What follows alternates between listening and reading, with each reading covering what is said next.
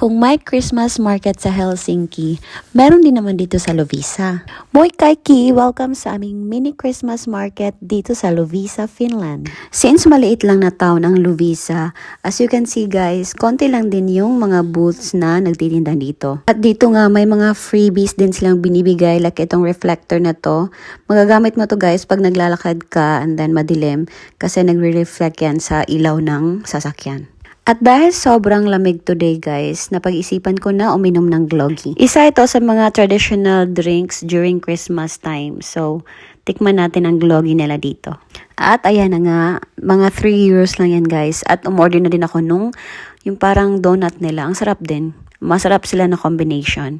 At napasok pa nga ako dyan kasi sobrang init. So yun na nga, naglakad-lakad lang kami, tingin-tingin kung anong pwedeng mabili. Kasi nga, ang cute ng mga tinda nila guys.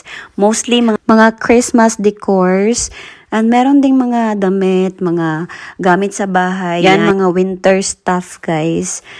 Yung kasama ko naman, pili-pili lang siya, pero hindi naman talaga kami bumibili. Tingin-tingin lang. And then, nakita ko tong pwesto ng couple na to. Medyo maedad na sila guys, parang lolo't lola na. And then, naawa ko kasi walang masyadong tumitingin kasi medyo malayo din sila dun sa center talaga. Ang dami nilang tindang mga damit guys, jacket, mga dresses.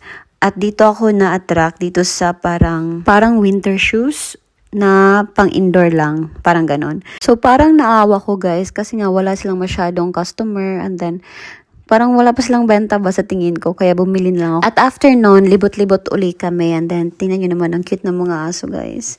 Gustong-gusto nila yung lamig hindi na sila nag-jacket or something protective gear. At gusto sana namin sumakay dyan sa carousel pero pang bata lang pala yan. Anyway, pumasok pala kami sa isang store. Ito yung mga regular stores dito sa Lovisa talaga. Pero nagtitinda din sila ng mga Christmas decors or kahit na anong mga anik-anik. Pero hindi kami bumili guys. Tinry lang namin tong pa-games nila na parang bubunot ka ng something and test may premyo. So for 5 euros, meron ka ng 2 chances. Ang nakuha ng kasama ko is yung parang earrings na Christmas balls, yung red na color. And then yung napili ko naman is itong earrings din pero snowflakes siya. At gamit na gamit ko to guys nung nag-Christmas party kami. So, sulit na sulit din. At after nun, umalis na kami guys at nagpunta pala kami sa bagong apartment ng ka-workmate ko. Actually, plano niya tong paupahan sa iba kasi nga parang hindi niya bet for personal reasons na lang din. At pinapakita niya sa akin baka daw gusto ko na kunin. Ang mura lang ng apartment na to guys, nasa 390 ata. At may na siya 2 rooms. Kaso, yung problema is yung kitchen. As you can see, yan lang talaga yung space and then maliit na ref. And then on the other side is yung bathroom na maliit din. Okay naman sana yung place. Kaso, okay na ako dito sa apartment ko na nirerentahan namin ng roommate ko so far. So, dito na lang muna ako. At after no, nag-Hesburger lang ako guys. Baon ko mamaya 2 PM kasi duty pa ako.